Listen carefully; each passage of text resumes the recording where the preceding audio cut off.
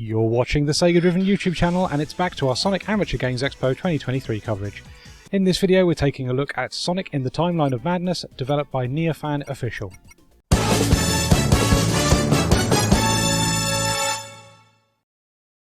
Now, this is a sort of classic 16-bit style Sonic fan game, except that we've got some enhancements that make it a little bit more like Sonic Mania.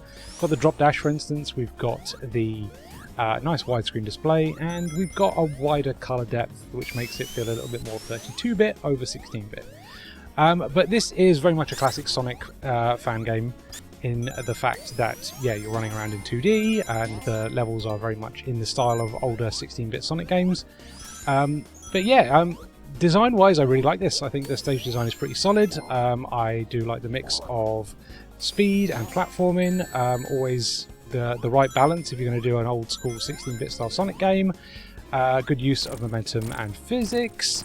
I do like the look of the stages, even though they are a little bit too cribbed from existing tile sets from existing Sonic zones, mixed up to create something that feels new.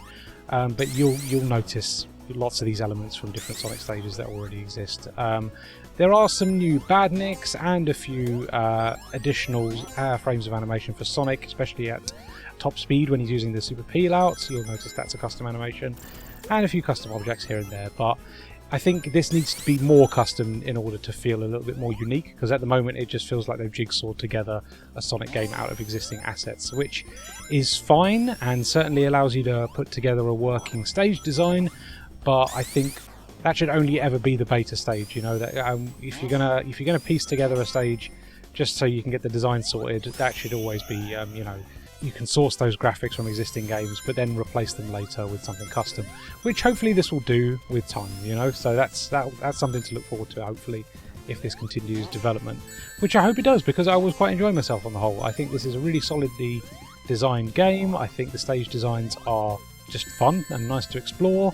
A little bit of back and forth, maybe, you know, that sort of Knuckles chaotic style. So if you're not a fan of that, then you know this has a fair bit of that, unfortunately.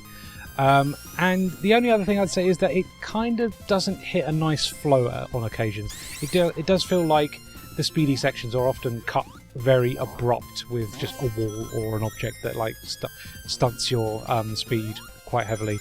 So yeah, there's that, unfortunately. So hopefully, you know, it can be tweaked a little bit more in the future to make the stage design a little bit more of a nice flow between the platforming and speed, and not so much having the speed completely cut off by a wall. You know, like that's never satisfying in a Sonic game. You kind of want to have a nice payoff between the two, and at the moment this feels very much like and now you stop and do platforming. It's, yeah, it doesn't quite join the two up quite as nicely as I would have hoped it would.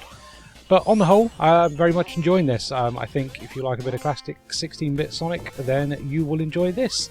It's a little bit brief. It's only the one stage, 2 acts and a boss, but they're substantial enough to get some decent fun out of this.